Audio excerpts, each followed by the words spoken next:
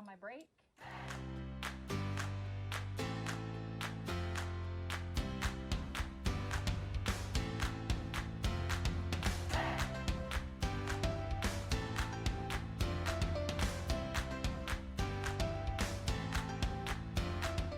Shawn's first bite of steak since surgery. Better make it a small one, huh? Mm-hmm.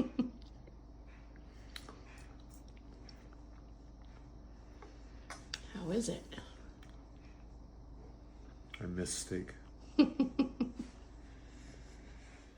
All right, we're gonna take our first 16-foot log here that will be one of the walls and get it loaded onto the mill, and then we'll make what's called a cant, which is basically a square timber. And then once we have the lathe assembled, we'll be able to test out the lathe portion with this log. The lathe will turn it from a square to an oval with two flat sides, I guess, is how I could best explain it. You'll have to see it when it's done to really understand it. Anyways, we're getting ready to lift her up there. We're going to use the chain fall, or some people call chain hoist, and a pulley. And the other end we're going to pick up with the tractor for now. See how that works.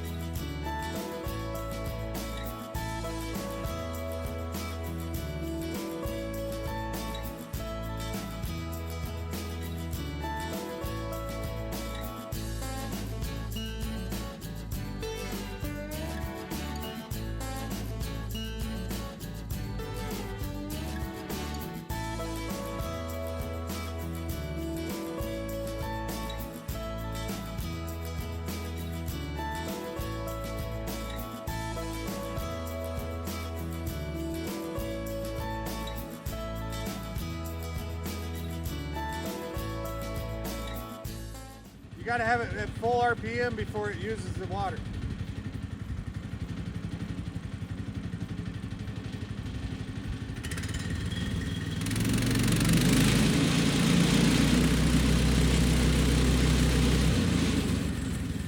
What's hanging down there?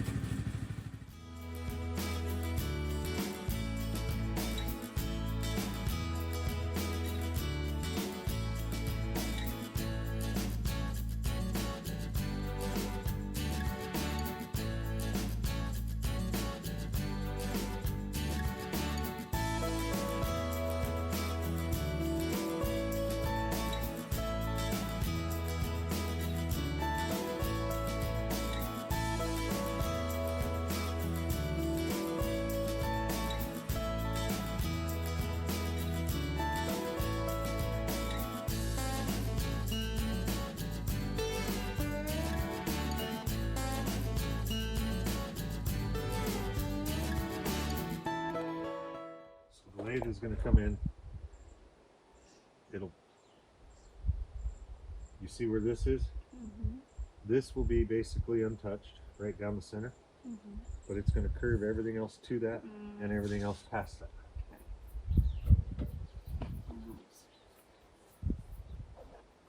And on the 6-inch side, it won't touch anything. So we make our 6-inch cuts very accurately, which is part of what I wanted to do. The 8-inch side first, so we could get an accurate 6-inch.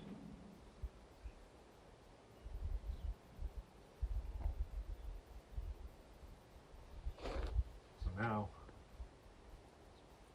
we should mark center using the 8-inch, and that's our reference to determine 3 inches either side of that is where we're going to do our 6 inch ones. So do you have a Sharpie still? I put it on the table.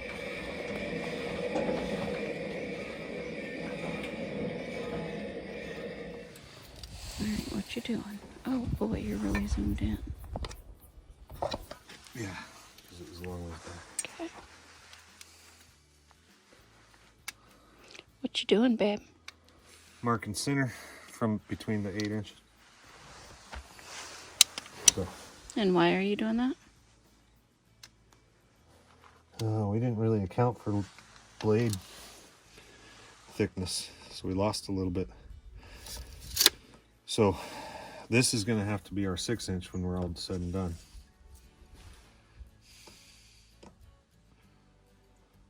But let's go ahead and flip it and cut the new 8 inch. See, because we only got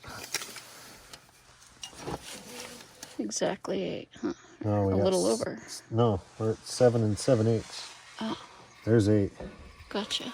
because I didn't account for the blade width, blade thickness Gotcha. when I set you up on 8. So I need to remember that. Yep. All right, so 7 7/8. Half of that is 4 15/16. Sure. Or, I mean, 3 15/16. I think it's right there. And now, I wonder what the blade thickness is. So the 6 isn't critical. The 6 is our top to bottom. That's not critical. We just want the 8s to come out about the same every time, right? The curved sides. The flats can be whatever, as long as we get enough material to put caulking. So I'll go a 1/4 inch bigger to hopefully compensate for the blade, right? Mm-hmm. So 3 1/8 is our center mark. That gives us an 1/8 on each side for the blade width.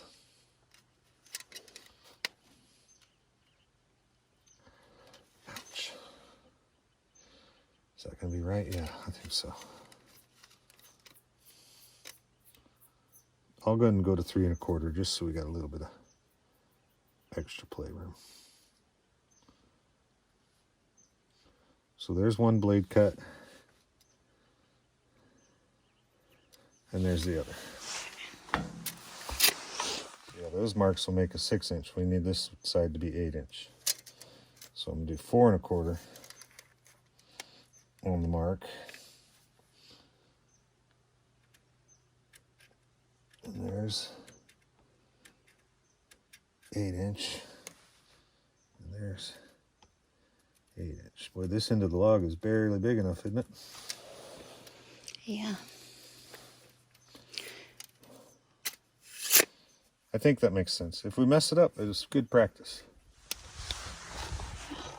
So when we flip this 90 degrees, this edge and this edge are already square to each other, right? Because they both rested on the sawmill. Mm-hmm. And now we flip this 90 degrees, this flat edge will sit flush against our stops. Yeah. And that'll make this edge, the next cut, square with respect to the other two. Gotcha.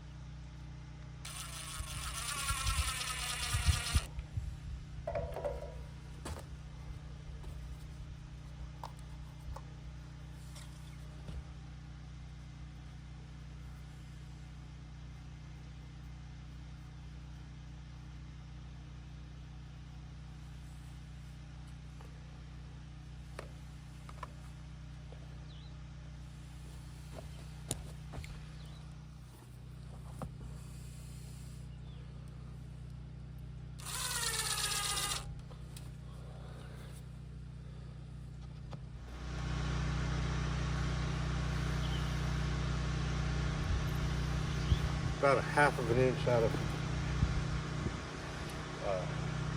in the center. I just ran a string line from end to end, pulled it real tight to see if this cut is straight. I could almost see it from just sitting over there, that it bowed in the center. And yeah, we're about a 1/2 inch off the center versus the ends, which says that our sawmill is no longer level. And I mean, it was level before we put this weight on, but at this point the weight has caused the supports to settle. Now the question is will they continue to settle as we put more and more weight on it, or repeat about the same amount of weight, I should say, or are they done settling and we can just readjust for level? I guess we'll readjust for level, try one more log, and see how it turns out. Because if this ground is very silty, it doesn't, just a bunch of dust, so I can see it, you know, just continuing to settle. In fact, I step in it and you can see quite a depression in my footprints. So we may have to do something to distribute the weight better. Like, the only other thing I can think of is either get some concrete blocks or cast some footers underneath each leveling foot.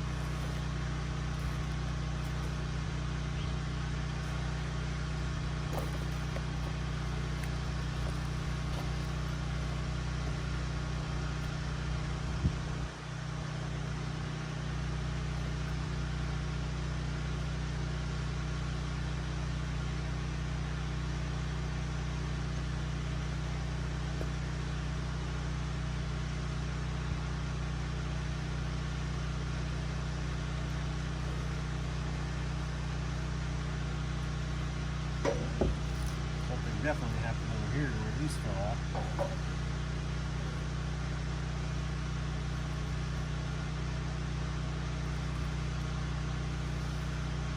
The supports on these 2 feet fell out. And that is the location of the highest discrepancy, right where these supports are. They're no longer supported. I don't know when those fell.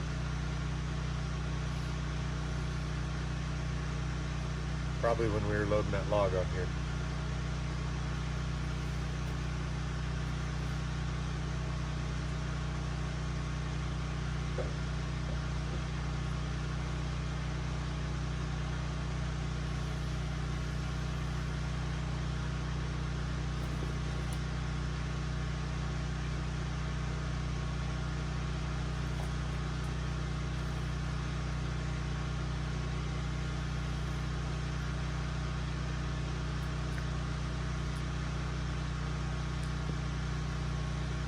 Now the next question is, if I rotate this, is it that way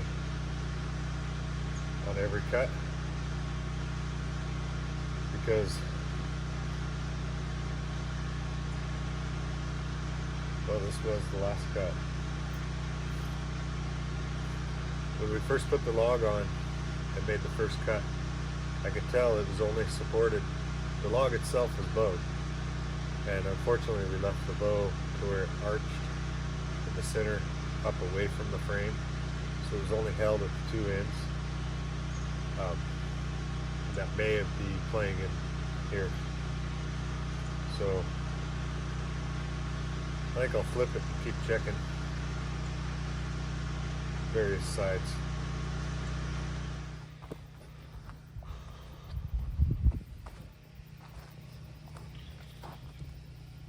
See, these supports aren't even touching anymore. These fell out when we put that log on, and everything is shifting off of the supports that we had in place. And it's all shifting towards the downhill side probably. When we put the log on, it shifted. So anyways, my wife is busy taking care of some things on the internet. No matter how much you try to get away from life, you got life to take care of. So one thing that's been bothering me is ever since we drove this up here, the scale for measuring and its locator device, that all got bent. Zoom out a little bit here. You can see the bend right here. Probably when it was in the back of the truck, we hit a tree or something, a branch coming up here. That's probably what bent it. So I'm gonna take it apart. I gotta pull these nuts off, get this whole unit off, get it over to the vise, see if I can't straighten it. And I'll do this too. Get this off and see what I can straighten out on that.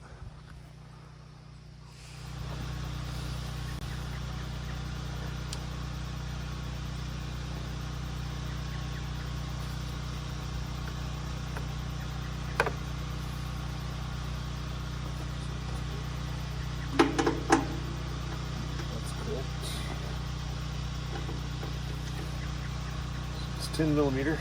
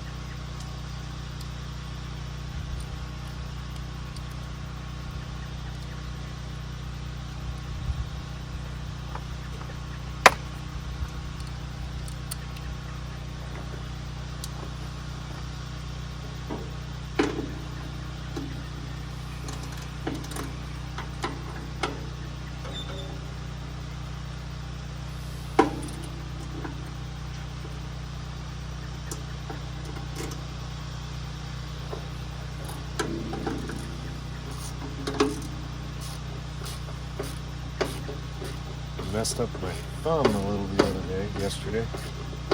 When we were putting that log on the middle and the tractor died. I don't know, I think I jumped back. I tried to look back at the footage to see what happened. I think I jumped back and put my hand on the tractor and shoved myself away from it. Probably hyperextended my thumb. It's also a thumb that I injured when I was quite young, in mid-20s. Playing basketball, I broke it right in this area, which is where the pain is all at. So a little bit limited use on that thumb right now.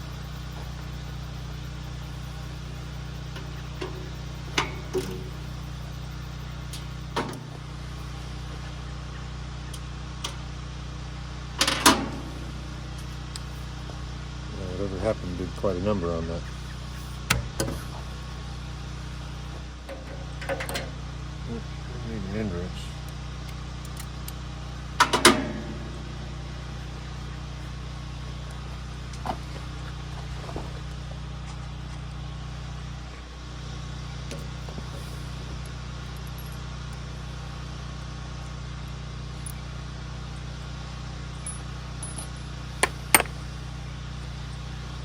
Alright, we'll set up the vise and see if we can't straighten these.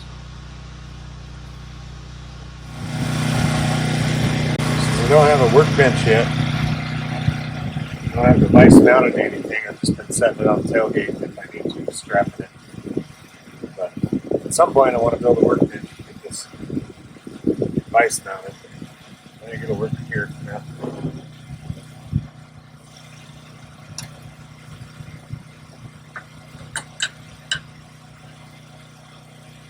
Going to put the bend.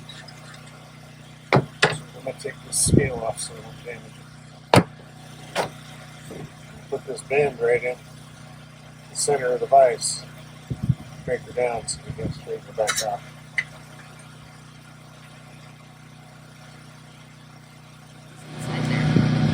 Pivoted. Well, then you wouldn't see the arrow. Right. That would make sense. Yep. Does this, or where's the, does this go in there? No, this mounts to the head, and this mounts up higher on the So frame. something goes in there. This does. There you go. Okay. Yep.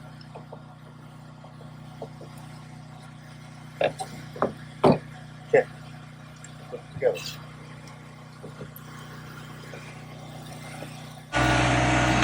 Alright, we're having some issues trying to keep the mill nice and level. We're getting the flat sides perfectly flat. So Shawn's doing some dirt work. I'm going to mill a couple squares to put under there. Try and make it a little bit more stable.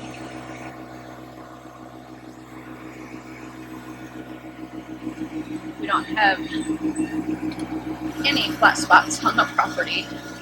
That's already set up for the mill, so we gotta kind of make one for ourselves. Oh!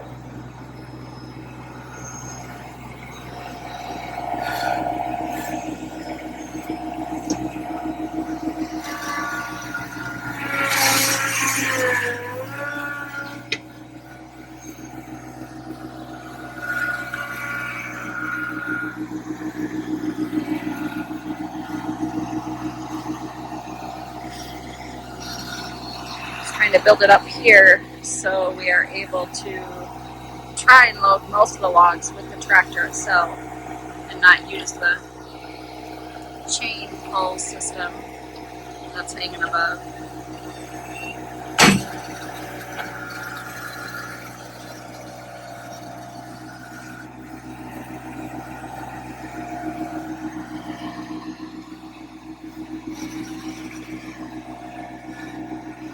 Last night, or yesterday, when we were loading and unloading that log, disassembled the so we can entire put some concrete under rail it. system We're having trouble keeping it level.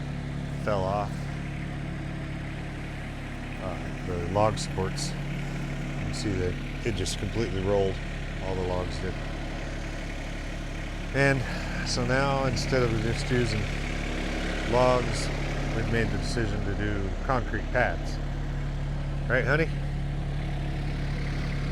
We're going concrete pads now, right? Yep. So we gotta lift this out of the way, set it off somewhere, and then start setting up pads on the low side, or the uphill side, the shortest pads. We'll do those at 3.5 inches, so we got some reasonable support. And we're just gonna use the leftover tubes, the sono tubes that are up on the hill there from building the cabin. And then we'll come to this side, use a laser to determine what height this would be to match that 3.5 off back on that side. And then any other discrepancies, the adjustable feet, we'll take care of. We got probably 3.5 inches of adjustment there. All right. What are we gonna do? Huh? So what are we gonna do? Get her done. We'll go tie that on that rebar stake, and I'll set up another rebar stake at this end.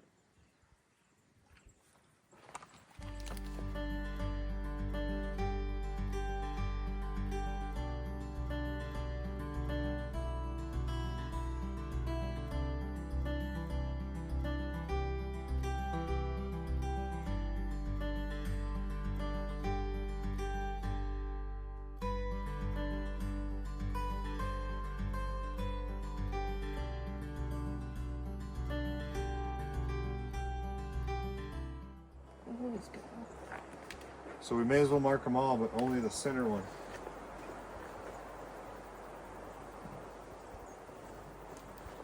dig a hole at the center and And each end. And the two ends, I think, would be good.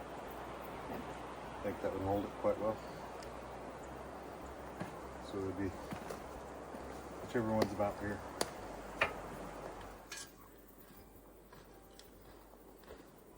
So you can just remove the block if you're ready to dig.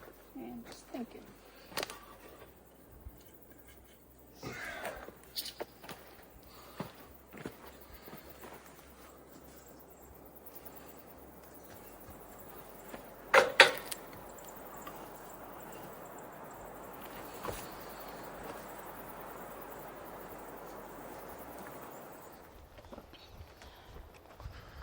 Okay, so this spot, so I cut this at 3.5 inches. That's just simply based on, that's the average sidewalk and stuff. And I figured a sidewalk would support this with no problem. We probably don't have to go to a garage floor thickness, which would be like 5.5 inches.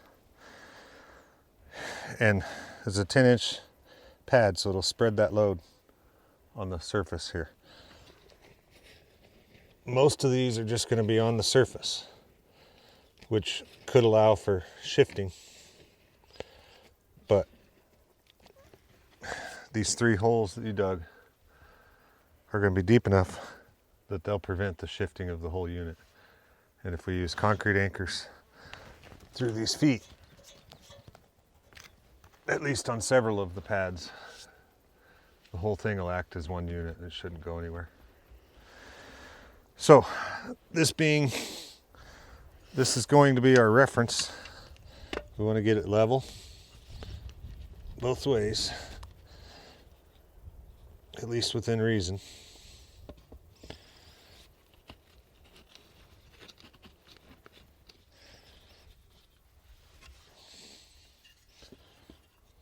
All right,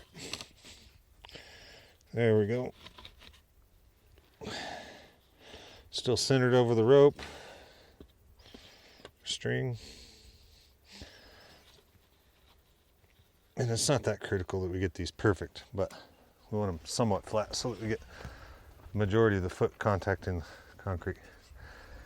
Okay, so this is now our reference for height. And I'm going to set up the laser detector at the same height as that ring, which will be the concrete level. And then we'll be able to set all the remaining ones at that height.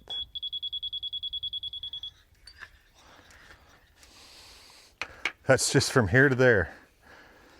That much difference in slope.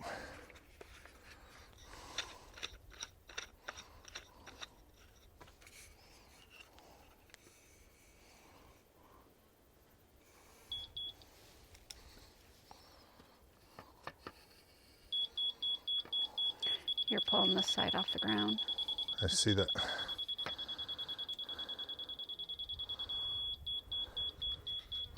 It'll be close enough. Yeah. The legs have a lot of adjustment. I'm not even going to worry about getting these dead center. We got 3.5 inches of adjustment, like you said. So the rest of these, as long as it's beeping, we don't care. Okay, now I'm going to just call that good. You know, it's moved around a little bit while I was doing things. I'm going to call that good. Set this laser, which is already set. It's pretty good. Now I'm going to mark. You see these 2 points here? I'm going to mark that so that we can always get back to it. That bee is bugging me. Yeah, it's bugging me too. We can always come back to that. So that's our dead zero on that one. And we don't care about the rest too much, but what we're going to do is to determine the height that's required of each ring, I'm going to set this on the ground and move it up. And if it's not 3.5, then we're going to do it at 3.5 and dig it down, which I can tell this one's going to be, I'm only lifting maybe 1.5 inches. So we'll just do the 3.5 there. They might all turn out to be 3.5. Now this one, we just want the ring to sit up on top, but we'll fill that void with concrete that you dug. And that'll be a solid anchor, just like the end two.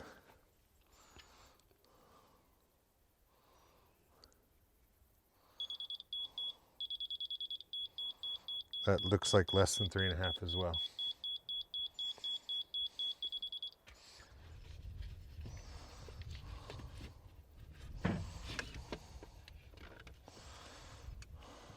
So I'm just going to mark 3.5 all the way around. Every so often. And the edge isn't very straight already, but it's close enough for what we're doing, right?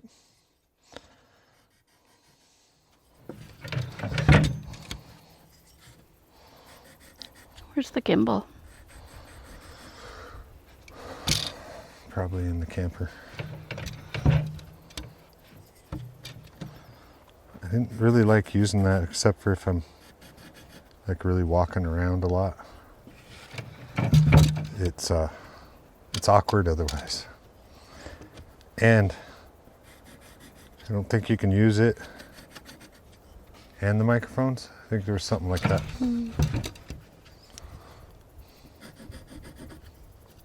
Oh, maybe I figured out how to do that. Oh, I'm not very technical savvy. I can design electronics and circuit boards and such, but I can't run them. 3/4, I said. So this is the calculated one. The original mark was at 3'4" and 3/4. The new mark is at 3'9.5". So the difference is 4 3/4.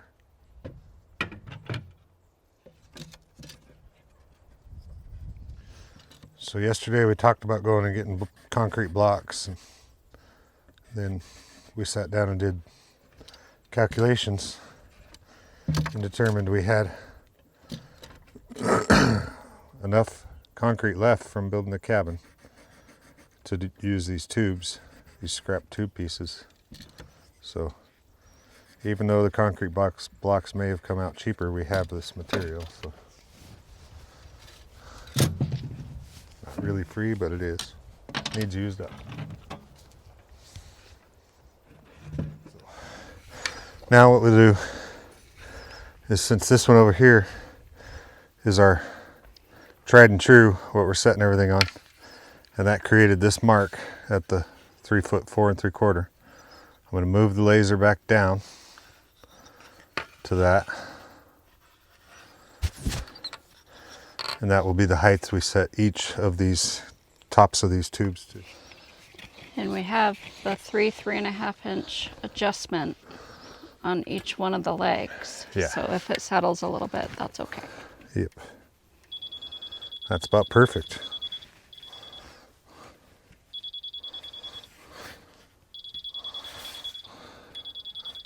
We're even halfway level there.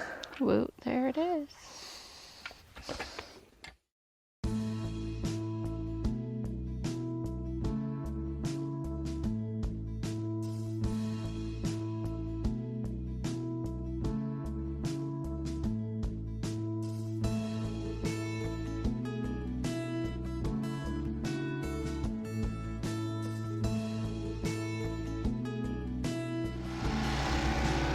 So last time we were here in 2019, we left a few bags of Quickcrete and a partial bag of Portland cement, and they pretty well survived it. They were inside a tub and inside the yurt. So we're gonna make this concrete stretch a little bit by putting a shovel load of Portland cement in with each bag of each batch of Quickcrete, which is 3 bags of the 60-pounders. Because this is just supporting the sawmill. It's not like it's for the house, so I feel comfortable mixing some of that in.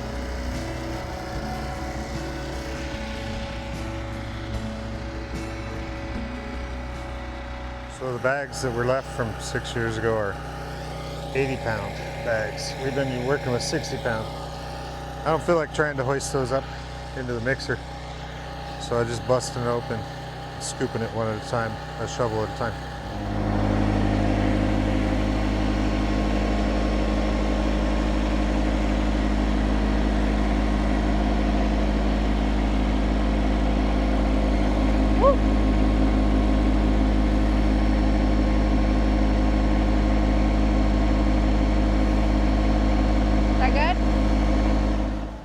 Oh, this one's full.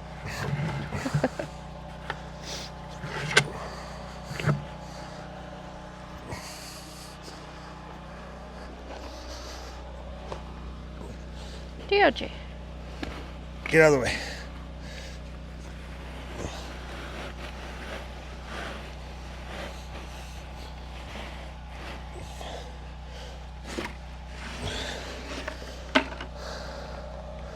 All right, let's make sure we didn't move the form too much.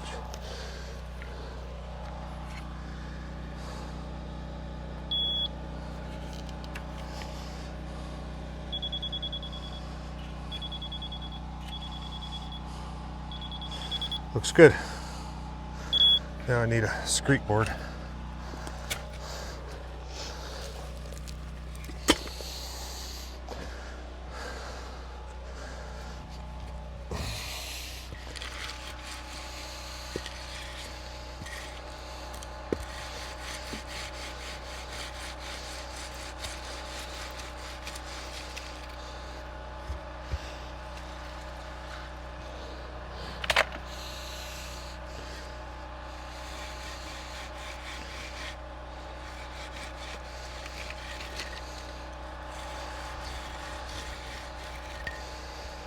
Should be pretty good. I was thinking about sticking some rebar in it. I'm just gonna make a little pattern like that. A couple inches in.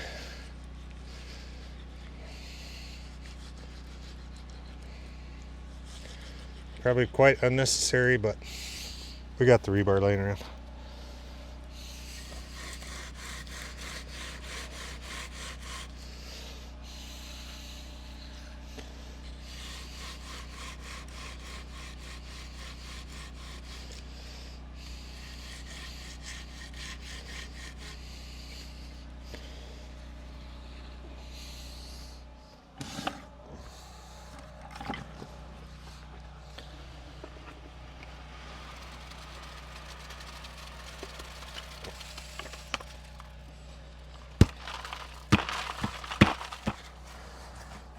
I was at a factory in Mexico once that they hadn't quite finished the whole plant, but they'd finished a lot of it where I was installing the machine.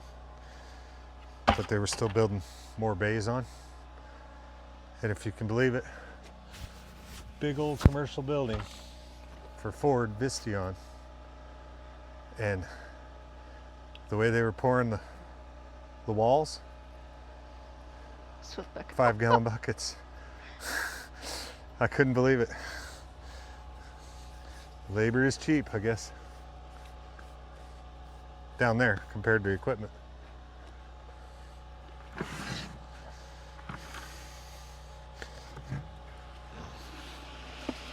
This was my great-grandpa's level. And I always trusted it, but I got up here. Sawyer and I were doing this bed here, the original bed for this sawmill. And I was using this one and he was using the newer one. And then he'd come back and check mine and it was off. I'm like, what? Put mine on there and this whole bubble, you can see the glass busted out, but the whole bubble holder shifts around, so it's junk. So now it's a screek board.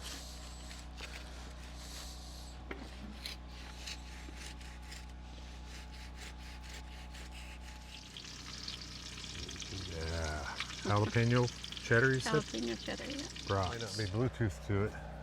I hit record. So we're at 33, center to center on those feet. So we want to do 33 off this string. We don't have to be super accurate, right? Because we've got a big pad compared to the foot. Right.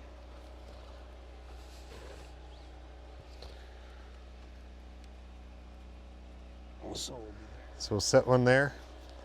We'll set one at 33 off the other end, and then we'll move the string line to put these all in a row.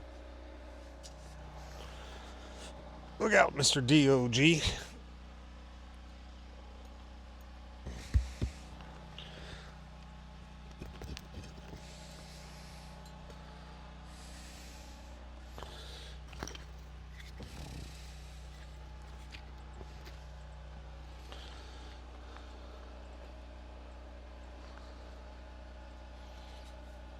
Be good enough. All right, now we got to figure out the difference in height. And we still got the mark from this one. This one again. Yep. Good. So now we'll just slide this up to wherever it needs to be, and then calculate the difference between that mark. That should be how tall of tubes we need. It'll be different at each spot. Okay.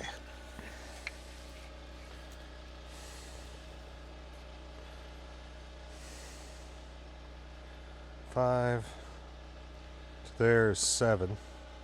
No. Yeah, 7 and 5 is 12, right? So this one can be 12 inches exactly. You got that memorized? Yep. First one is 12. Looks like this one can be 12 as well. Yep. The uphill side will have to be dug a little bit. 12. There's 3 of them.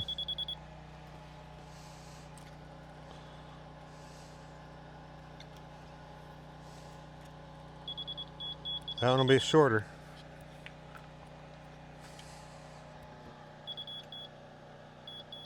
That one can be 12. So that's 4 at 12.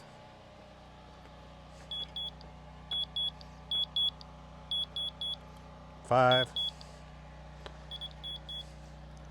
6. 6 at 12 inches. We got a lot more. We got a whole nother bucket left, so Yeah. I better cut another tube, huh? Probably. Oh, shoot. Honey, What? I messed up. Both of these are supposed to be 16 inches. Okay, it'll work. Except Right. for there's 2 feet. I know. But I feel like it will work. That might be on the edge. We're not wasting that concrete. No, what I was thinking is let's cut a 7 inch out of that. We'll slip it over this one. Ah, Then we'll slip the inner ring out and fill it. you know what? Wait. Let's let these sit, these two sit. Once they're solid, we'll move them to the other spots and pour the 16. Okay, that works too. All right, then I'll cut one more 10 inch, right? Because that'll move We're to tired, here. huh? That'll move to there. There we need one more 10 inch.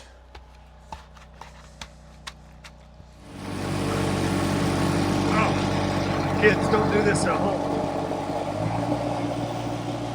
Of course, if you got a tractor, you probably know what you're doing. Oh, On your mustaches. What? Like there's no lips. I got one. Did you see it?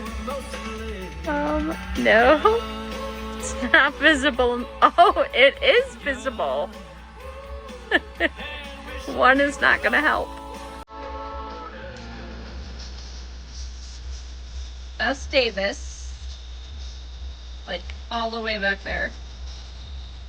That's me. That's me. How you feeling, Davis? Fine. You're lying. You forgot to tell them the rules. What's the rules? When I win, you get naked first. When you win, I get naked first. So it doesn't bother me that you won. You're lying. You hate losing no matter I what do. the prize. I do hate losing. No matter what the prize, you hate losing. But as You're much angry no matter who's naked. as much bad luck as I had during this game, I'm still getting lucky.